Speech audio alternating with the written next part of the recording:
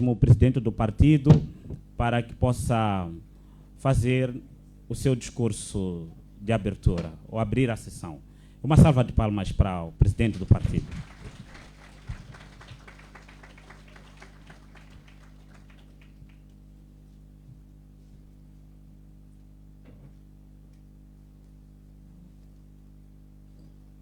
Tá. Queria dizer muito bom dia, mas como houve um pequeno atraso, não sei se isso não será alguma coisa extemporânea, né? Mas acredito que o Crimildo já justificou o mais do que suficiente sobre as motivações do atraso. E depois, como andava muito nas redes sociais, vi muita gente a dizer assim, mas Ana Mola tem que ganhar a certa autonomia, o Venâncio tem que começar a descentralizar. Então a primeira descentralização que eu fiz hoje é a justificação do atraso. Então eu não preciso mais falar sobre isso. Deu o Crimildo para falar.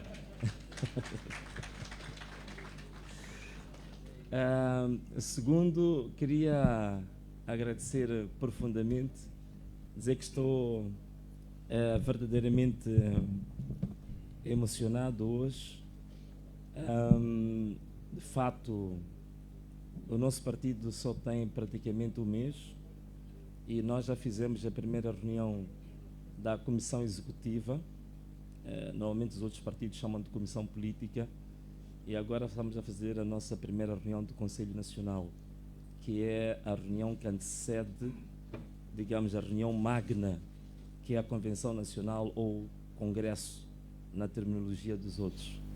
E isso enche-nos de muito orgulho e, logicamente, também isso traz muitos desafios, e alguns desafios são os que vocês acompanharam, desafios organizacionais, desafios logísticos, desafios financeiros, que fazem parte, são típicos mesmo de um partido ainda, digamos, muito recentemente constituído. Mas não queria deixar também de pedir uma salva de palmas muito forte, sobretudo para os nossos colegas que vêm de distritos muito recônditos, passaram situações muito difíceis para aqui chegar, as estradas que a gente já os conhece e todas as outras situações difíceis. Portanto, temos colegas que fizeram 24 horas, 48 horas de carro em situações muito complicadas para estar aqui. Então, a esses colegas eu queria pedir uma salva de palmas muito bem forte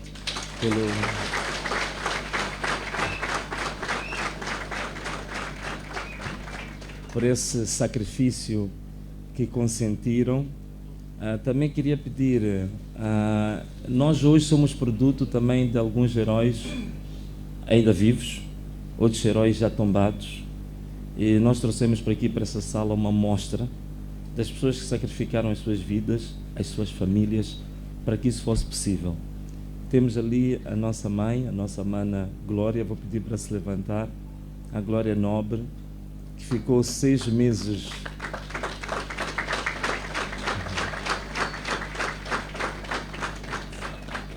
eu vou fazer uma pequena descrição sobre ela.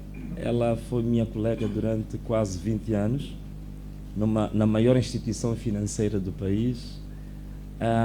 Ela tem, neste momento, 60 anos, é professora universitária e foi uma das trabalhadoras mais exemplares que nós tivemos no sistema financeiro. Portanto, uma pessoa de altíssima credibilidade académica, profissional, social, mas mesmo nessas circunstâncias ela passou 6 meses na cadeia, pura e simplesmente por ter se associado ao projeto Ana Mola. Mas ela já está livre, ela disse que não queria perder tempo e veio logo para a luta, já está montada para entrar no combate. Então, peço uma salva de palmas de novo para ela.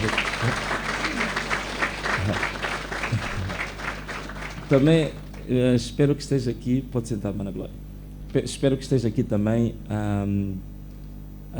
também a Vânia Tembe, que é viúva do Mano Chotas. Mano Chotas é um blogueiro muito conhecido que foi assassinado durante o período das manifestações em Ressano Garcia, quando estava a fazer uma cobertura ao vivo da intervenção da polícia, quando estavam a atacar as casas, a disparar gás lacrimogéneo. Então o Mano Chotas estava a fazer uma filmagem ao vivo e foi morto mesmo, e toda a gente assistiu à morte dele ao vivo. Então está aqui a viúva, que é a Vânia Tembe. Vânia está ali. E ela veio aqui como um exemplo, uma amostra daquilo que, dos inúmeros exemplos, milhares de exemplos de pessoas que perderam, pessoas muito queridas, muito cruciais para as suas vidas, pela causa geral da liberdade dos moçambicanos. Também vou pedir uma salva de palmas bem forte para a Vânia.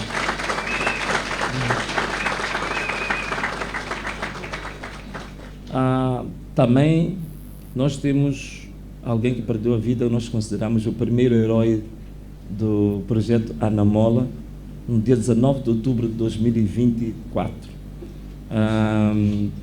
Perdeu a vida aquele que era considerado o advogado do povo, o Elvino Dias. Foi assassinado na altura que ele estava a preparar a nossa contestação relativamente à fraude eleitoral que tinha ocorrido em 2024. Enquanto ele preparava essa contestação, ele foi assassinado, que lhe colocaram lá 25 balas sobre o corpo. Então nós aqui hoje temos a viúva, a Esmeralda está aqui, está ali ela. Uma salva de palmas bem forte também.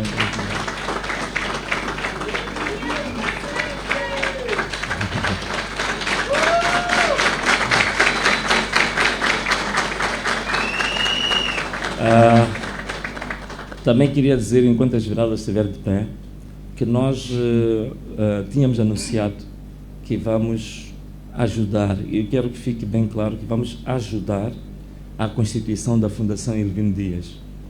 E digo ajudar porque vamos fazer o melhor de nós, depois da Fundação estar constituída, dessa Fundação, digamos, desmembrar-se do partido, que é para não ficar associada à atividade política, ganhar certa autonomia.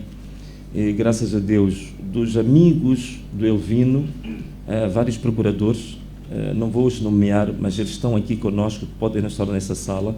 Há procuradores e juízes que assumiram a responsabilidade de materializar o projeto da Fundação.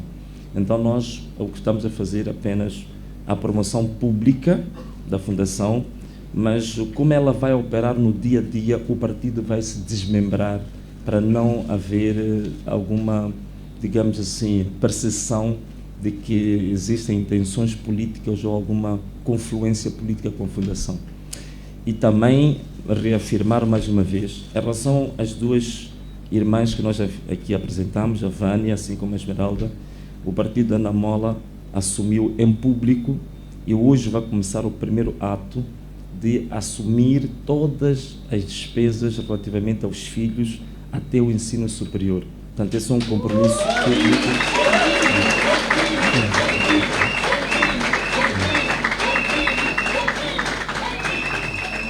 Portanto, hoje vamos ter, não hoje, mas vamos ter, penso que no último dia da nossa reunião, que vai ser segunda-feira, vamos distribuir os primeiros títulos honoríficos. Portanto, títulos de alta honra do partido, e as pessoas que eu aqui salientei vão receber esses títulos e também uma carta deste compromisso que estamos aqui a assumir para ficar preto no branco do que o que nós dissemos tem que ficar um compromisso escrito. Tá. Obrigado, Esmeralda. Por favor, pode sentar. Então, queria também, se vocês permitirem, não podia deixar, espero que não, quando a gente começa a nomear pessoas, o risco depois de criar um pouco de ciúmes e depois de haver alguém que diz que mais esqueceu-se de mim. Nós tínhamos convidado várias personalidades para este evento e que aqueles que não forem nomeados façam de contas que ao dizer o nome de um também incluiu o dele. Então nós temos aqui uma pessoa que eu tenho um carinho muito especial por ela, que já o conheço acho que mais ou menos uns 15 anos, que tem sido um amigo, um irmão mais velho, tem sido um precursor em muita coisa. Eu o conheci como uma figura lendária, né? Eu li as notícias internacionais, eu via a Voz da América e eu ficava ainda miúdo, muito apaixonado pela forma como ele fazia jornalismo, mas hoje também é professor universitário, um dos maiores constitucionalistas angolanos. Mano William Toné vem da Angola diretamente para aqui para assistir a nossa sessão e também hoje tem um tema, penso que é um dos oradores de hoje. Queria pedir uma salva de palmas bem forte ao Dr. William Toné.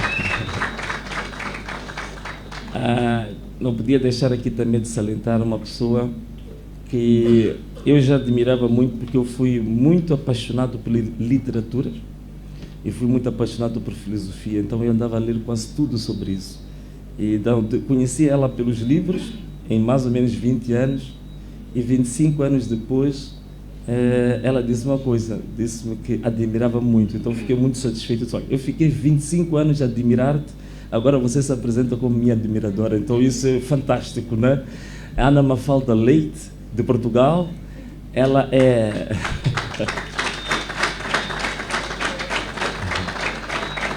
Esta senhora, espero não me estar a enganar, Ana, se eu estiver enganado, depois me corrige.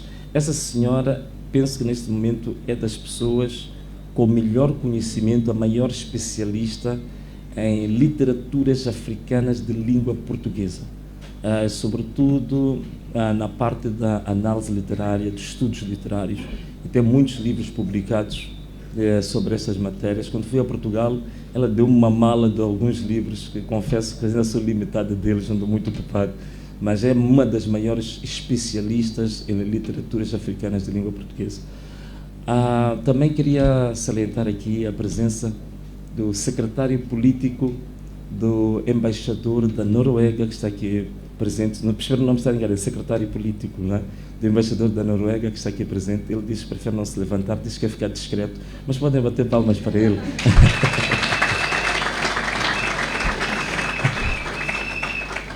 Tenho também um amigo de longa data, penso que é um dos jornalistas mais premiados em Moçambique, mais ousados, na altura em que coragem era uma coisa quase um tabu em Moçambique.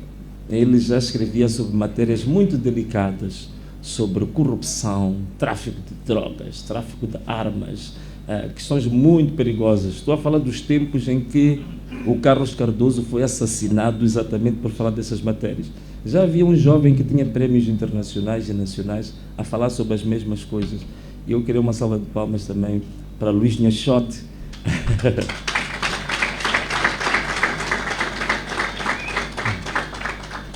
Queria também salientar aqui um jovem que protagonizou, hoje em dia tornou-se um protagonista fundamental da sociedade civil, eu digo não só da sociedade civil, mas também do debate político nacional, da defesa dos direitos humanos. Eu o conheci em outras circunstâncias, nunca pensei que tivesse ganho uma dimensão tão grande. Hoje também, fora das lides formais, é conhecido como o dono da marca Vatagramara. Wilker Dias, uma salva de palmas para Wilker Dias. Está também aqui um jovem influencer, muito conhecido aqui no Moçambique, que é uma figura incontornável para se ler de manhã. Quem quer informar-se sobre os assuntos quentes do país tem que ir à página dele para saber o que ele está a pensar sobre isto. Nádio Taimo.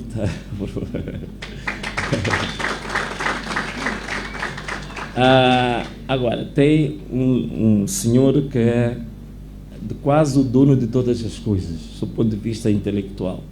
Ele é digamos, o cérebro do nosso projeto político, do ponto de vista da produção do projeto político, quem coordenou a vasta equipa que fez o nosso manifesto, que confesso que acredito que é o melhor manifesto político dos últimos 50 anos. É orador também aqui hoje, um amigo já de longa data, Roberto Tibana, está aqui. Peço uma salva de palmas já para terminar. Colocar aqui alguém que tenho um carinho muito especial por ele. Talvez ele seja culpado de muitas coisas que aconteceram na minha vida. Uma delas foi... A minha vida política ganhou uma grande intensidade quando eu conheci aquele que é chamado do pai da democracia moçambicana, que é o Macacho Marceta Afonso Macacho Marceta de Acambo, general de 5 estrelas. Primeira vez que eu falei com este general, eu estava na casa e ainda usei o telefone deste senhor. e falei por 2 horas. E isso mudou muito a minha vida, porque muito do meu percurso político, digamos, foi determinado e transformado naquele momento. Outras coisas vocês vão conhecer, mas queria uma salva de palmas bem forte para Salomão Moiana, o mais velho Salomão Moiana.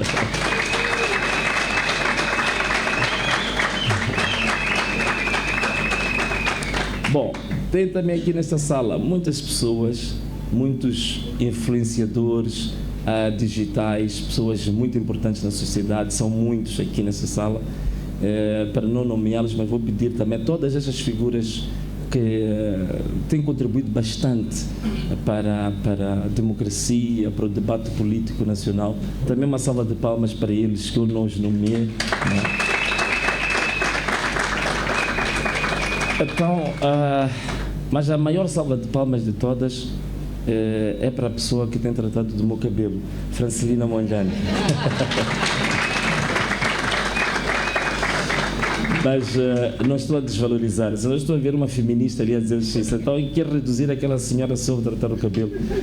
A minha esposa é médica, ela é médica, é especializada em oftalmologia, mas acredita que ela largou tudo isso para trás para se juntar a esta luta. Portanto, não é só de cabelo que ela trata, mas também é minha conselheira, minha amiga e, sobretudo, a pessoa mais corajosa da minha família é ela. Quando todos estamos com medo, estamos embaixo, estamos a chorar, quem nos levanta é exatamente ela. Então, mais uma salva de palmas para ela também.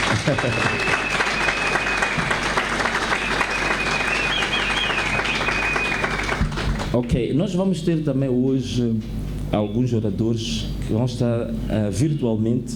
Não sei se estão ligados ao Zoom, não sei se a equipa de produção já as localizou. Estão ligados ao Zoom.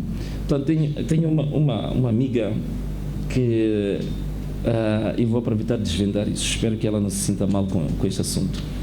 A primeira vez que eu fiz posso dizer assim, provoquei um dos maiores temas para ser debatido no Parlamento, foi na altura que Moçambique dizia que já estava a começar a ter os dividendos da indústria extrativa. Então saiu uma notícia numa parangona, nos jornais nacionais, a dizer que Moçambique ia ganhar de mais-valias cerca de 350 milhões de dólares.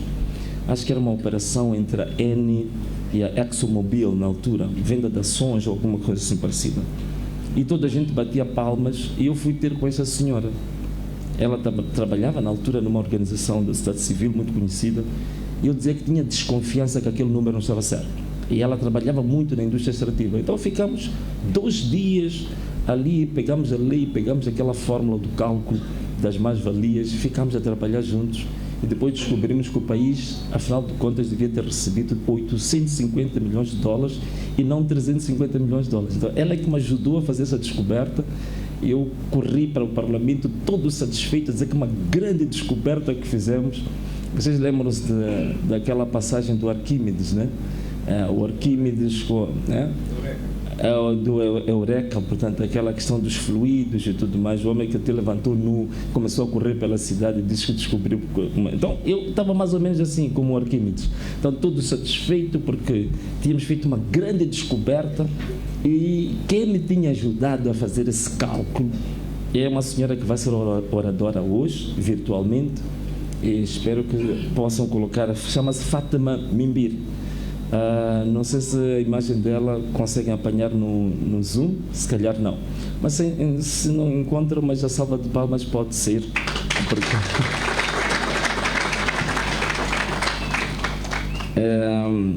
também queria uma salva de palmas para uma senhora incansável, uma feminista quase doentia. Há quem diz que o nosso projeto político é mais machista, é mais da direita, não sei o quê, mas pessoas cruciais que, para mim, mudaram a minha vida, nem tem nada a ver com esse tipo de ideologia. O típico que está aqui é uma senhora muito, que eu respeito bastante, que hoje vai ter também a sua intervenção, chama-se Conceição Osório. Peço uma salva de palmas também para ela. E mais uma oradora. Tá bem, aqui está a Conceição Osório. Temos mais uma salva de palmas para a Conceição Osório.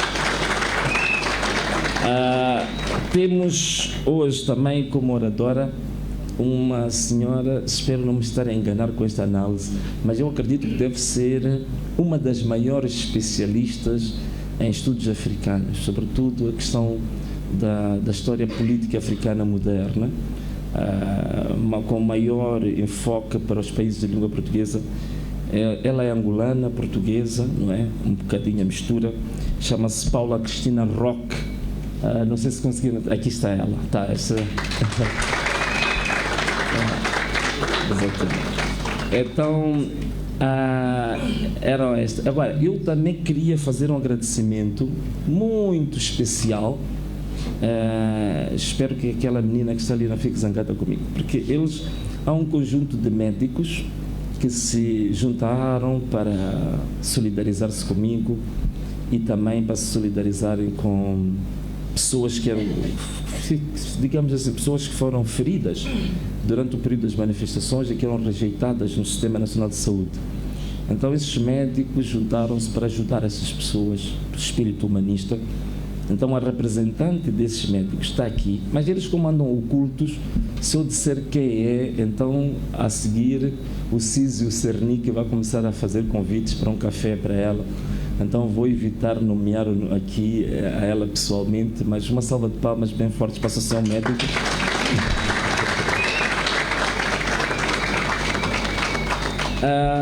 Bom, esse era o tema dos agradecimentos e salientar, digamos assim, as pessoas têm contribuído muito, não só para a Anamola, mas também para o país.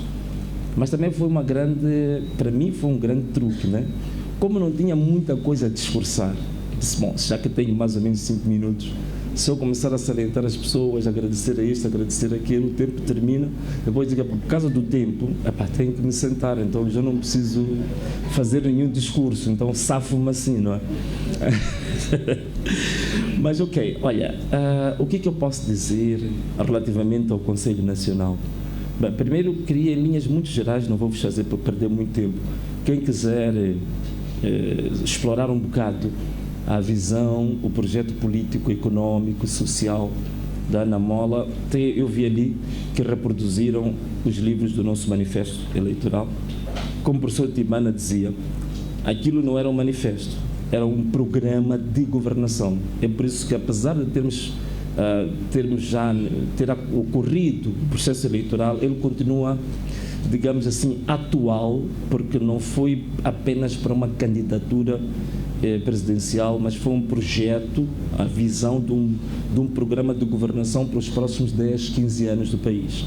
Então, basicamente, o nosso programa político do partido está muito inspirado no manifesto que apresentamos no ano passado. Então, para não vos cansar muito, voltar a repetir as mesmas coisas, o livro já está publicado em livro. Penso que ali na entrada os livros estão ali, tem feito a exposição deste livro. Penso que existe também em algumas bibliotecas nacionais. Mas posso talvez salientar 2 ou 3 aspectos que eu penso que é o foco daquilo que nós sonhamos para Moçambique, aquilo que nós pretendemos para Moçambique.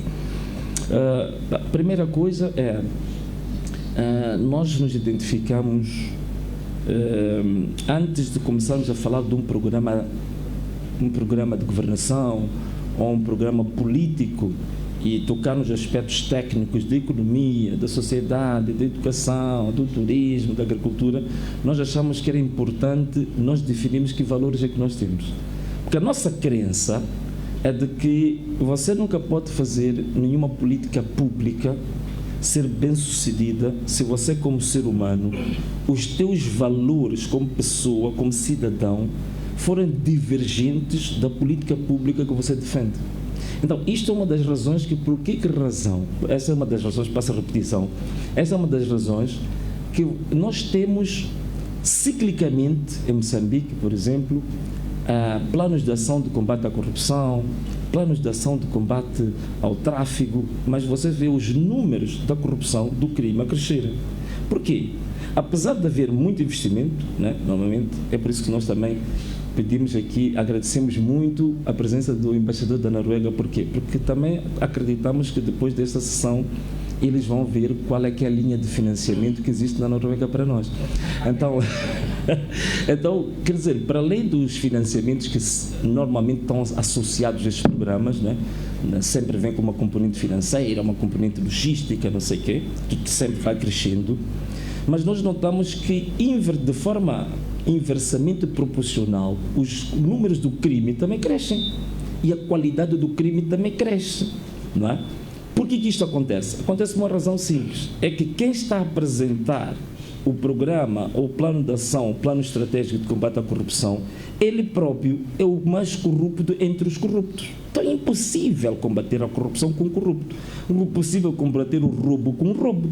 O que vai acontecer é que, se o corrupto está na posição de liderança do combate à corrupção, o mais lógico é que a corrupção vai, a escalada da corrupção vai aumentar. Então, tendo isto como princípio, nós definimos que, olha, nós não podemos nos apresentar em público sem dizer quais são os valores nossos, quais são os princípios inegociáveis do Anamola. Então, um dos princípios inegociáveis do Anamola é exatamente o princípio da justiça social. Quer dizer, não podemos defender nenhuma política pública, não podemos defender nenhum programa de governação se isso não atravessar ou passar pelo eixo da justiça social.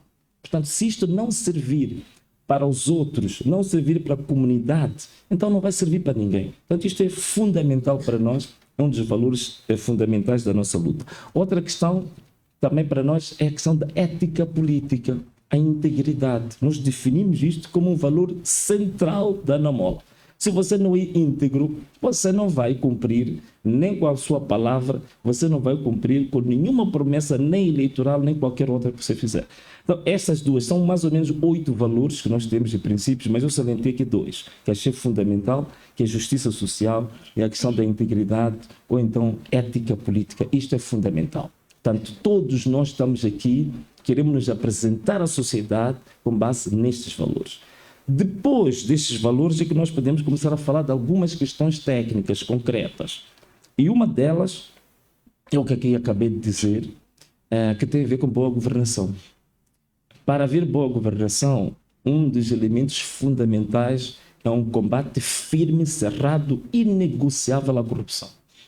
Portanto, a corrupção em Moçambique, segundo um estudo do Banco Africano de Desenvolvimento e de um dos institutos de pesquisa de Moçambique, dizem que desde 1975, da independência nacional até hoje, a corrupção consumiu ou desviou, digamos, do investimento público 15 bilhões de dólares.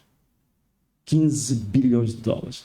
15 bilhões de dólares dava para concluir toda a Estrada Nacional número 1, até se calhar colocar um comboio de alta velocidade que liga a Ponta Cabo Delgado à Ponta do Ouro.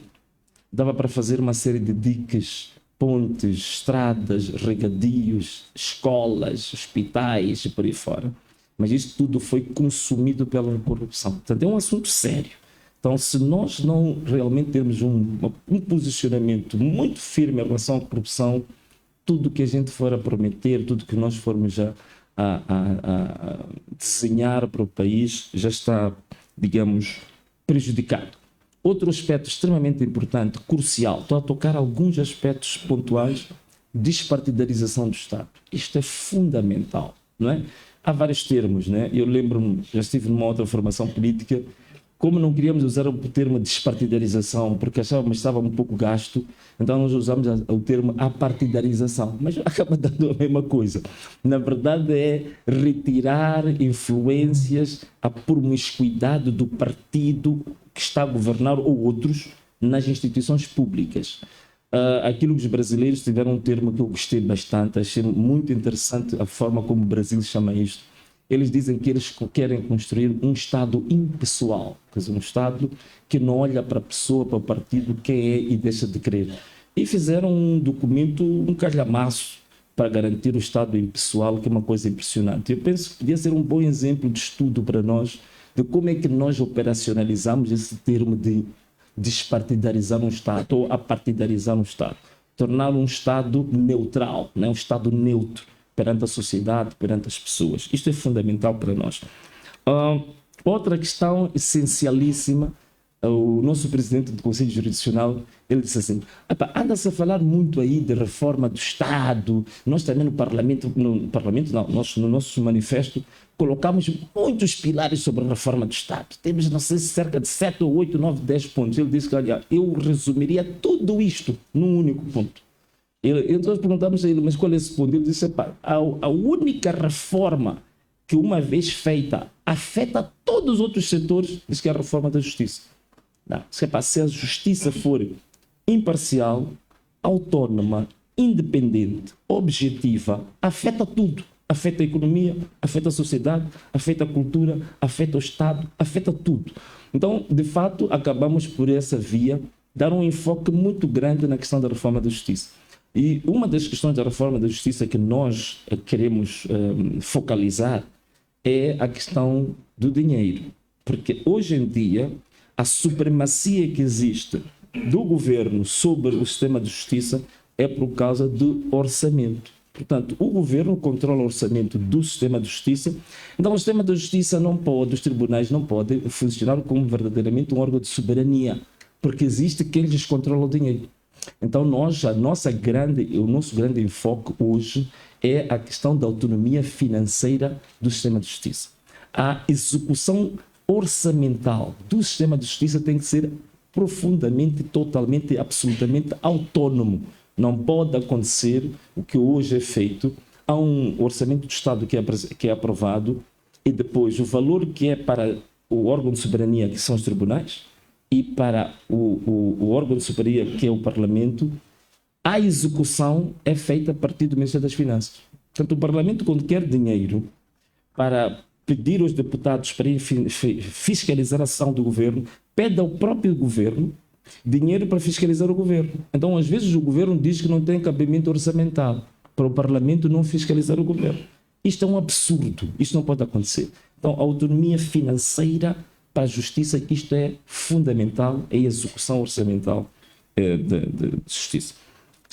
A reforma do sistema eleitoral, claro, tudo o que aconteceu em Moçambique, vocês sabem que essencialmente, tem outros fatores, mas essencialmente tem muito a ver com a questão do nosso sistema eleitoral. Tem a ver como é que funciona o nosso sistema eleitoral. Então, nós isso queríamos também.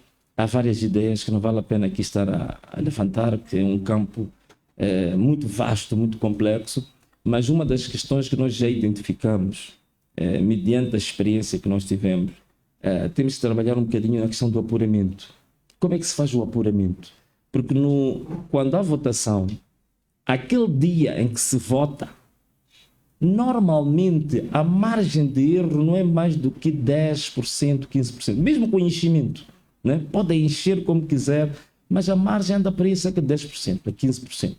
Portanto, aqueles primeiros editais que são colados na parede ali, mas tem uma certeza cerca de 90%. O que acontece é quando se passa para a fase seguinte, o chamado apuramento intermédio, ou apuramento distrital.